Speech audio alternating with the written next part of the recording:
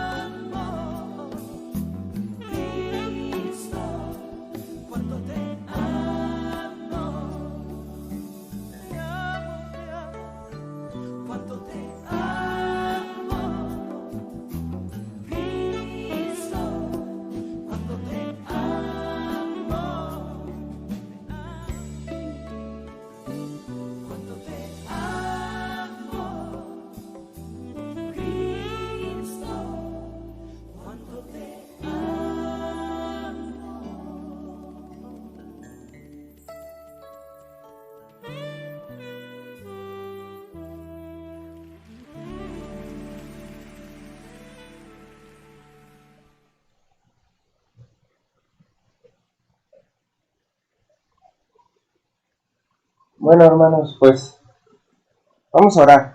Vamos a empezar con una oración a nuestro Señor y Salvador para que nos bendiga en este día, agradeciéndole este día. Yo soy uno de sus más agradecidos siervos y vamos a orar porque es bueno alabar a Jesús, el gran creador. Señor Dios, te agradecemos, Padre bendito, por toda la bendición y la misericordia que tienes con estos siervos tuyos, Señor, que solo viven para servirte, para agradarte. Sabemos, Señor, que tienes misericordia de nosotros, Señor, y sabes nuestras debilidades y tú nos fortaleces, Señor, en esas debilidades para vencer.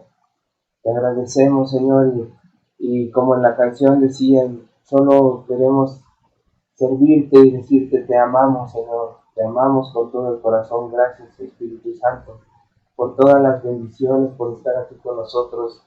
Te pido, Padre, que tú vayas a la casa y al corazón de cada uno de los oyentes de este día, de esta predicación, y redargullas y hagas, Señor, la obra en su corazón, Señor.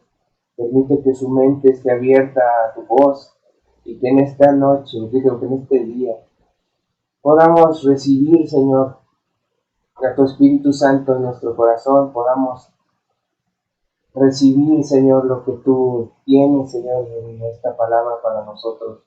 Ayúdanos a estar atentos a tu voz.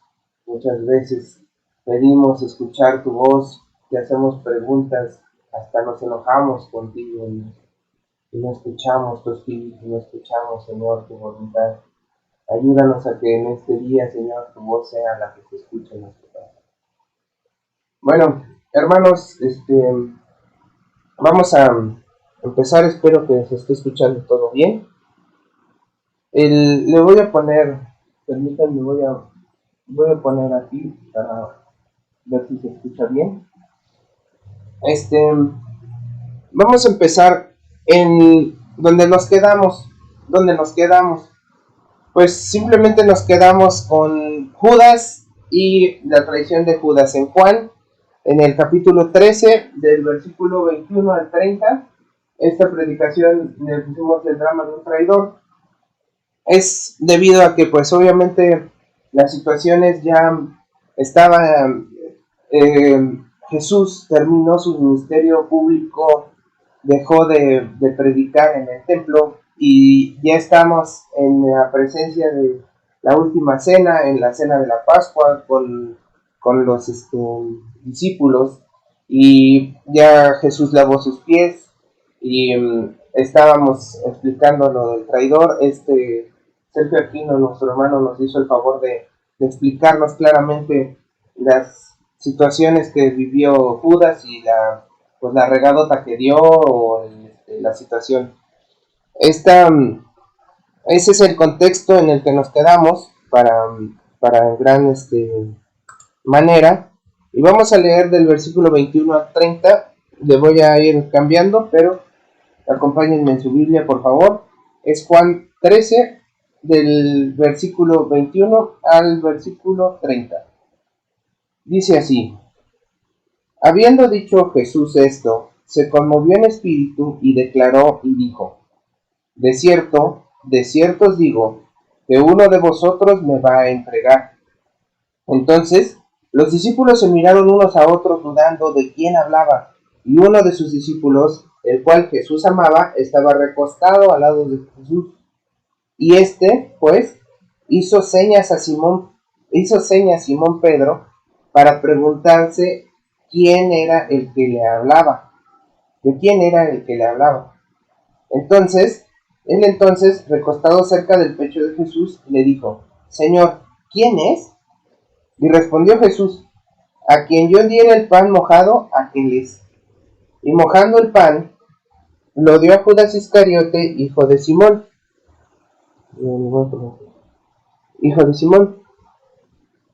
Y entonces, voy a leer aquí.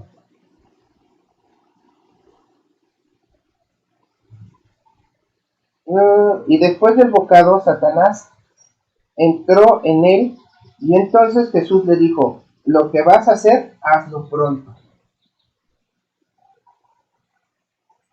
Pero ninguno de los que estaban en la mesa entendió por qué dijo esto, porque algunos pensaban,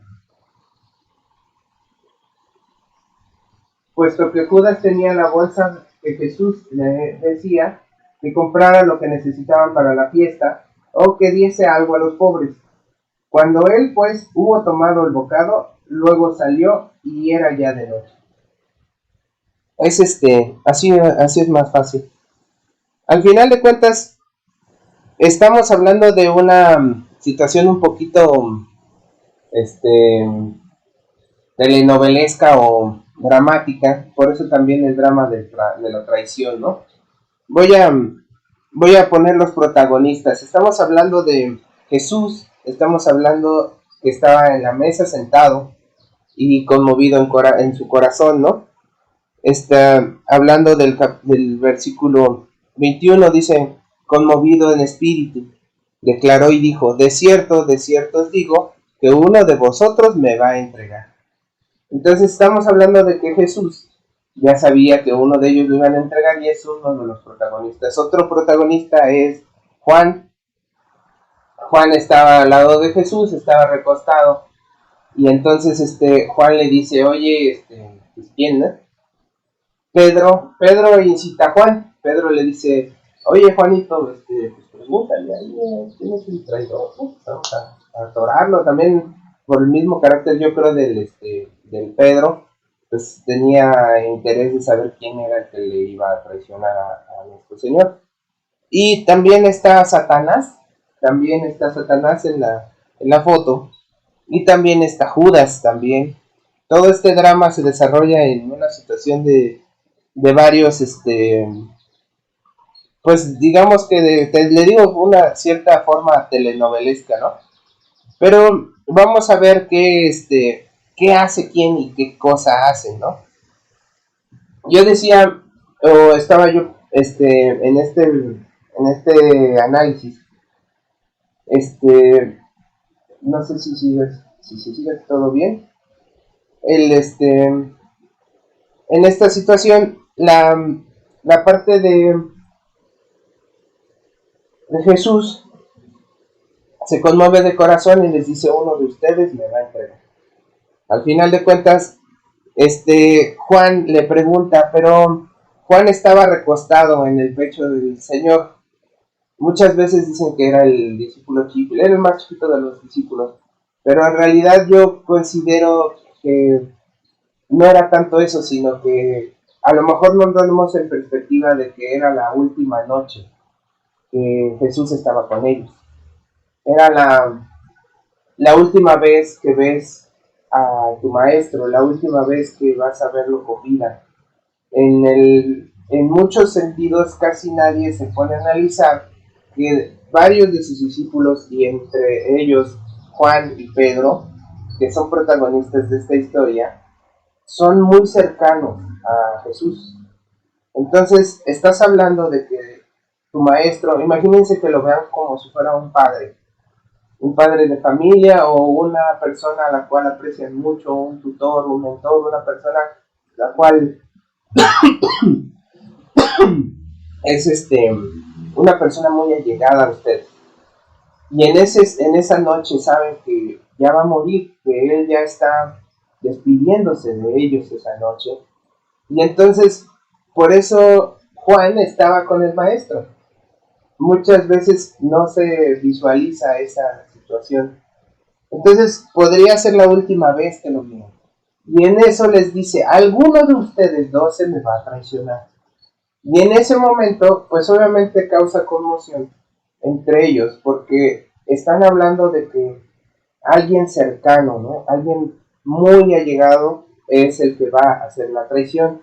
Y entonces Pedro inmediatamente se pone así como que viene al tiro y dice, oye Juanito, pues así como que le preguntas, y ya Juan le dice con la confianza que obviamente tiene de la cercanía a Jesús, y le pregunta quién es el traidor. Pero Jesús no tiene pelos en la lengua, él agarra y dice, es Judas. Pero también está Satanás. Satanás tenía que matar a Jesús. Bueno, él vino para destruir a todos. Él es una persona mala, un ángel malo, una persona mala. Entonces, Judas, pues había pasado 3 años con el maestro. O sea, también vemos esta situación de análisis con el aspecto de decir, bueno, es que es un drama porque alguien de la familia va a traicionar al maestro. Alguien cercano va a hacer lo innombrable, lo impensable. Entonces también por eso está hablando de que todos se conmocionan de quién es el traidor y por qué. También tendría esa pregunta en la mente, ¿no? ¿Quién y por qué? Al final de cuentas, Jesús les dice quién es el traidor. Pero vamos a dar pie ya a nuestro texto para ver qué es lo que pasa, porque si no nada más estamos hablando de cuál es la historia de que sucedió, ¿no? Y eso pues es como un drama, les digo, pero esto es como que para darnos una visualización general de qué es lo que está pasando en ese momento, en esa cena. Se están despidiendo de su maestro porque es la última vez que lo van a ver, y alguien de ahí es el traidor y no lo entienden, ¿no? Al final de cuentas no lo entienden. Vamos a ver, todo esto tiene que ponerse en marcha porque tiene que cumplirse un propósito. Esto sucede porque tiene que cumplirse un propósito. Todos los cristianos tenemos un propósito. Y en este sentido, esta drama, esta situación, toda la traición, el que Judas sea el traidor, el que Satanás entre en él y lo incite, todo esto tiene un fundamento, un propósito, un más allá. Y esto es la salvación. Habiendo dicho esto, Jesús se conmovió en espíritu y declaró y dijo, de cierto os digo, que uno de vosotros me va a entregar. ¿Por qué es importante esto? Porque el primer paso lo da Dios. Siempre que hay una necesidad o una situación que Dios vaya a hacer, siempre el primero en empezar la obra es Dios. No querramos ser nosotros los que hagamos la obra de Dios. Siempre, siempre, siempre el Espíritu Santo va a ser el que incite o empiece la situación, empiece a detonar la obra. Es como una cadena de fichas de dominó, que el que empuja primero la primera ficha es Dios. Dios es el que detona toda la situación. Sin embargo, hay algunas variantes que vamos a empezar a analizar. El primero en dar el paso es Dios. Dios tiene un propósito para Jesús. Jesús lo anunció en repetidas ocasiones. Él va a venir a morir por nosotros. Él es el Mesías. Ya todos lo sabían. Pero ese es el propósito de Jesús. Sabiendo Jesús que ya había llegado su tiempo, inicia la conversación poniendo en marcha la conspiración. Él es el que empieza, conmovido de corazón, sabiendo que ya era el tiempo. Jesús mismo es el que inicia toda la situación, ¿vale? Ahora, Jesús pone en acción a los protagonistas, es decir, el Espíritu Santo, y en este caso Jesús, es el que hace las cosas para que Judas haga la acción. Es decir, nosotros somos incitados por el Espíritu Santo y él tiene, digamos que él tiene como que el sartén por el mango y sabe cuándo le va a tener que echar el azúcar, el aceite, cuándo le va a tener que echar el condimento. Él sabe qué se está cocinando, él es Dios, y entonces él pone en obra a todos sus hijos y todas las personas que estén de acuerdo a su voluntad. Entonces, el primero en dar el paso siempre es Dios y él conoce el propósito. Todo inicia con él. Aun cuando Judas hubiera tenido el corazón de la traición y aun cuando Satanás hubiera querido matar a Jesús y él mismo, él pone en acción su obra. Es decir, no empezó antes, no lo traicionó. Judas a lo mejor ya había conspirado con los judíos de que lo iba a entregar, Los judíos a lo mejor ya lo querían matar desde mucho antes, ya le estaban buscando cómo lo iban a apresar o cómo lo iban a traicionar, pero él, el que tenía el orden, el que tiene el orden de las cosas, es Dios.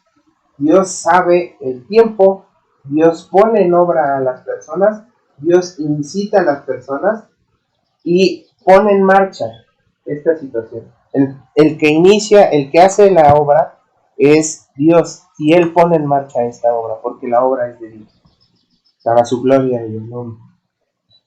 Reconocer quién es el encargado por medio de quién se harán las cosas. En el versículo del 22 al 26 que vamos a leer en este momento, vamos a analizar quiénes son los que hacen las cosas. Entonces los discípulos le miraban unos a otros dudando de quién hablaba. Y uno de sus discípulos, el cual Jesús amaba, estaba recostado al lado de Jesús. A este, pues, hizo señas Simón Pedro para que le preguntase quién era el que hablaba. Entonces, recostado cerca del pecho de Jesús, le dijo, Señor, ¿quién es? Respondió Jesús, a quien yo le diera el pan mojado, aquel es. Y mojando el pan, lo dio a Judas, hijo de Simón. Judas Iscariote, hijo de Simón. Jesús ya sabía, y era ya no voy a repetir gran cosa, es lo que ya les había comentado, era la última cena, y simplemente todos querían saber quién era el traidor, pero el traidor ya sabía. Eso lo explicó mi hermano Aquino.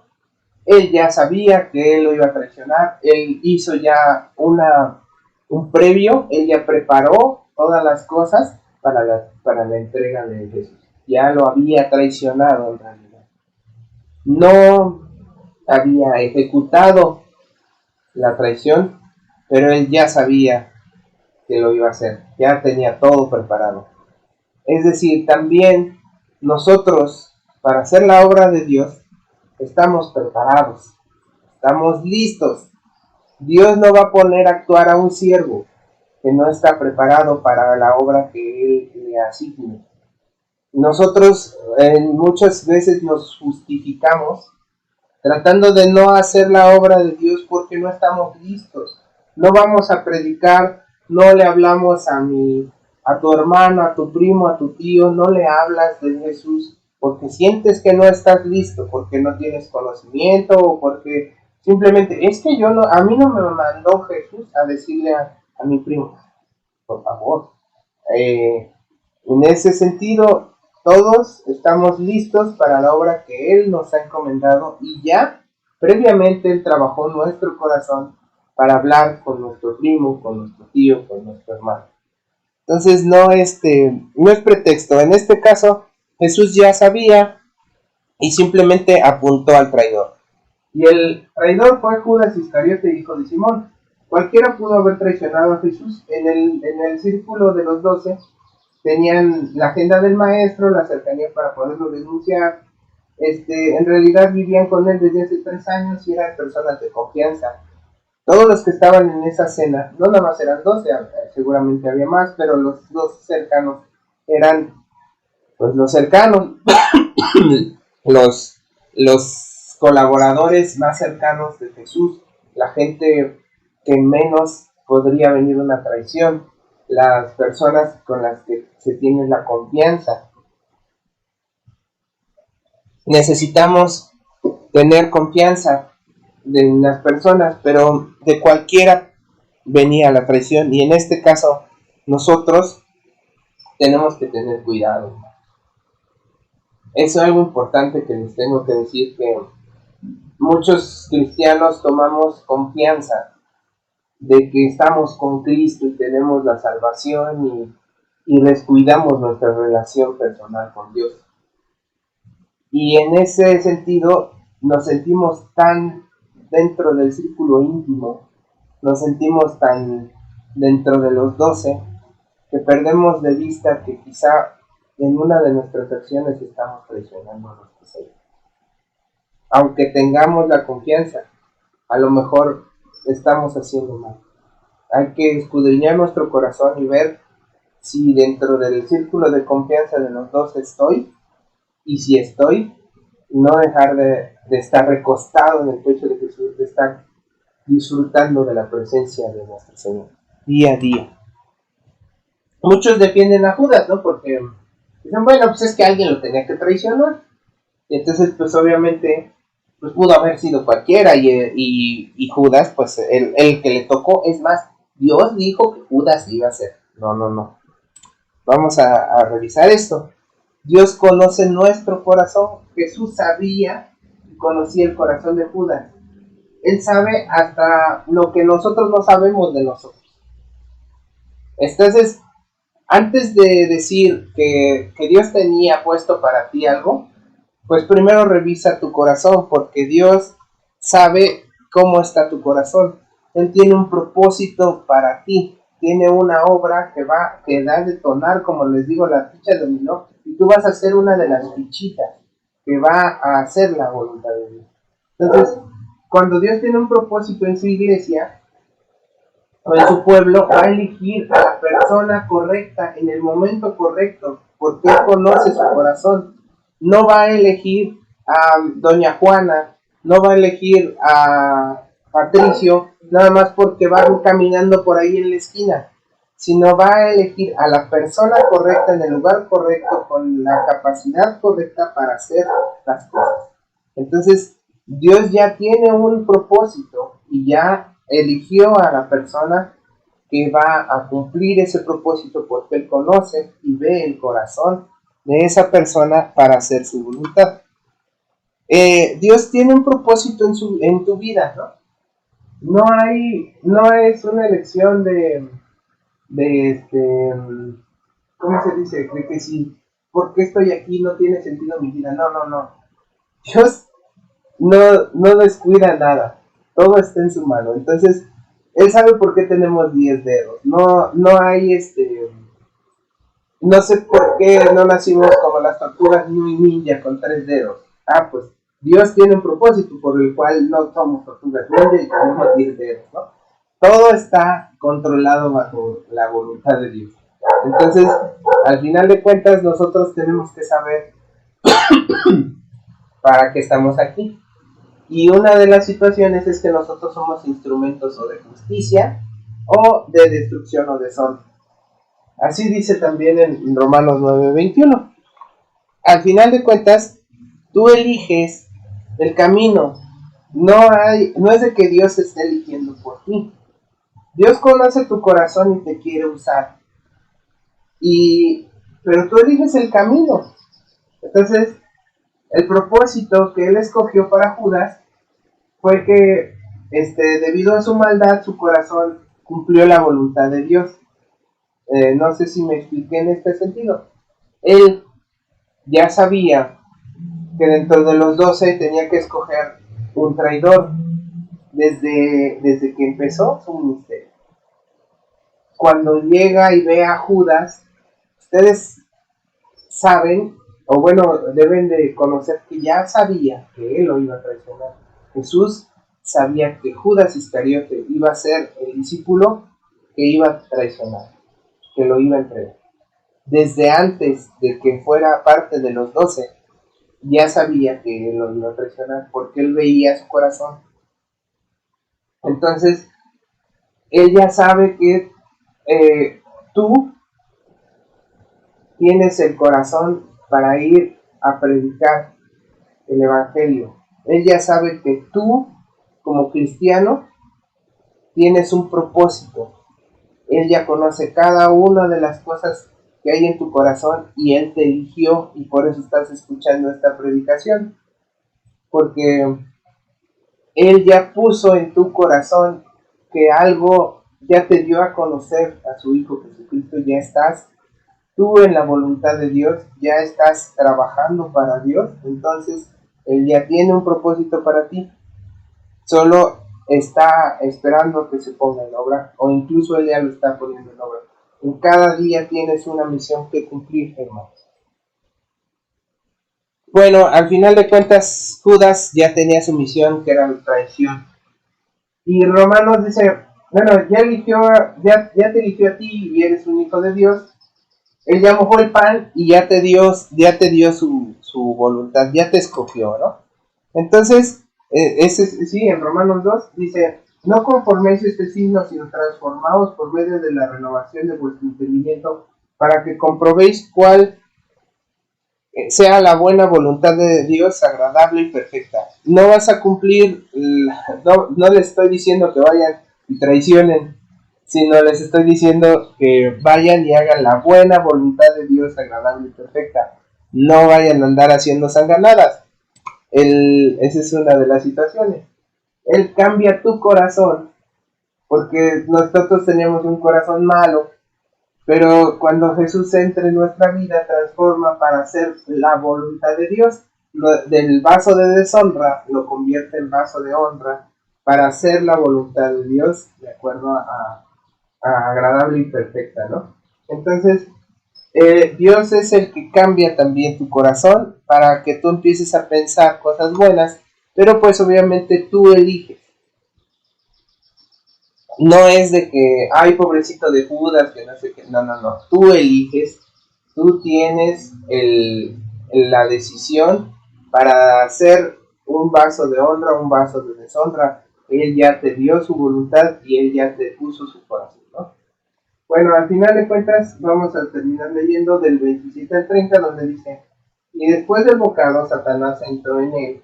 Entonces Jesús le dijo, lo que vas a hacer, hazlo pronto. Pero ninguno de los que estaban en la mesa entendió por qué dijo esto. Él no, nadie entendió, digamos, qué le estaba diciendo, porque algunos pensaban que como Judas tenía la bolsa del dinero, que Jesús le decía que fuera a comprar algo que necesitaban o que diese algo a los pobres. Cuando él pues hubo tomado el bocado, luego salió y ya era de noche. Judas estaba trabajando, o sea, ya sabía lo que iba a hacer y Jesús le dice, pero no solo eso, sino que ya lo pone en obra, ¿no? Sabemos nosotros que tenemos libre albedrío y Judas pudo haber dicho en ese momento, no, a ver, espérame, yo no voy a traicionar a mi maestro, pero no lo hizo, él ya lo tenía encaminado, ya tenía todo el plan. Ahora dice, Satanás entró en él, pudo haber sido poseído, de que no tuviera voluntad porque ya era decidido que Satanás estaba en él. Yo diría que no, porque un cristiano no puede ser poseído y obviamente sí lo influenció, o sea, Satanás sí influenció a Judas, lo influenció para hacerlo, pero el Espíritu Santo también te influencia a ti para hacerlo. ¿Por qué no le haces caso al Espíritu Santo y le haces más caso a Satanás? Hay dos situaciones, imagínense el angelito y el diablito, el Espíritu Santo y Satanás y Raúl. Él sabe mi corazón y llega una persona que no conoce del Evangelio y el angelito, el Espíritu Santo, le dice a Raúl, predícale el Evangelio, dile que Dios lo ama, que Dios vino a morir por sus pecados porque Él es pecador y Él ya estableció una relación entre Él y Dios, solo tiene que reconocerlo. Y entonces en ese momento Raúl se pone a pensar mil y un cosas y empieza a decir, lo hago, no lo hago, no lo hago, no lo hago. Y el chanclas le dice, ni lo conoces, te va a mandar a volar. Es más, va a decir que estás bien loco. Mil y un cosas. Y al final de cuentas, Raúl llega y le dice, sí, muchas gracias, hasta luego, hasta mañana, que Dios lo bendiga. Sí, que Dios guarde su vida y no sé. Pues chido. Hiciste lo que dijo el Espíritu Santo o hiciste lo que dijo el chanclas. Al final de cuentas, tú tienes la elección en cada momento que Dios te incita, que Dios te dice hacer algo, tú vas a tener que tomar una decisión. Y Judas pudo haber sido influenciado por el diablo, pero él tomó la decisión. ¿Vale? Es triste, pero nos pasa. Al final, no importa que Jesús mandó la orden. Al final, bueno, lo que menciona en esta parte del versículo 27 es algo que se me hizo notorio comentarles, porque lo que vas a hacer es una orden del Señor. ¿Ah? Le dice, lo que vas a hacer, hazlo pronto. Es decir, no pospongas lo que Dios te está diciendo, es una orden del Señor. La orden del Señor fue para su propia muerte, en este caso de Judas. Pero si tú te pones a pensar cuánto amor nos tiene, sabiendo que Él mismo había de perecer por esa orden, Él se dio la orden. Él dijo, tiene que cumplirse el propósito de mi Padre, yo sé que voy a sufrir esta noche, yo sé que me van a pegar, me van a destrozar, yo sé que voy a derramar hasta la última gota de sangre, pero de una vez, dale. Eso fue lo que hizo Jesús en este versículo. Ya agarró y dijo, es todo, tiene que hacerse. Entonces, Dios puso en obra su voluntad a través de Judas, a través de la situación que se dio de este drama, pero él estaba plenamente consciente de que era ya el momento y de que se tenía que hacer y cómo se tenía que hacer. Entonces él impulsó las cosas, él pone las cosas en orden y le dice, hazlo pronto. Jesús tenía el propósito de perecer y morir en la cruz por nosotros, y esa noche, no importando lo que fuera a sufrir, reconoce el momento y encomienda su encomienda en amor y desencadena su muerte para cumplir la voluntad. No importa cuánto nos duela, hermano.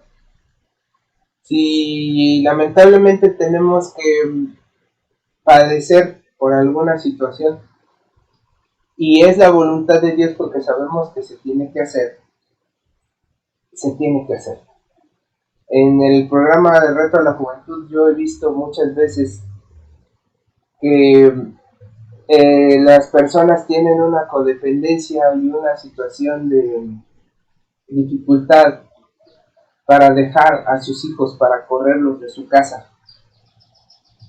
Y hay veces que el padre, con todo el dolor de su corazón, tiene que decirle, hijo, tienes que tomar una decisión. Yo estoy aquí para ayudarte. Yo estoy aquí, Dios me ha puesto para tratar de salvarte la vida. Pero si tú te quieres morir, yo no puedo hacer nada. Entonces, lamentablemente, cada quien va a tomar sus decisiones. Y en esta situación, es algo importante, pues, porque muchas veces hay cosas que se tienen que hacer que van a doler. Y uno tiene que estar consciente de que es parte de la voluntad de Dios.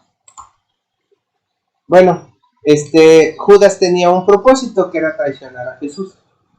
Y lo cumplió. Gracias a Dios que lo cumplió. Pero Jesús tiene un propósito para ti. Cúmplelo, hermano.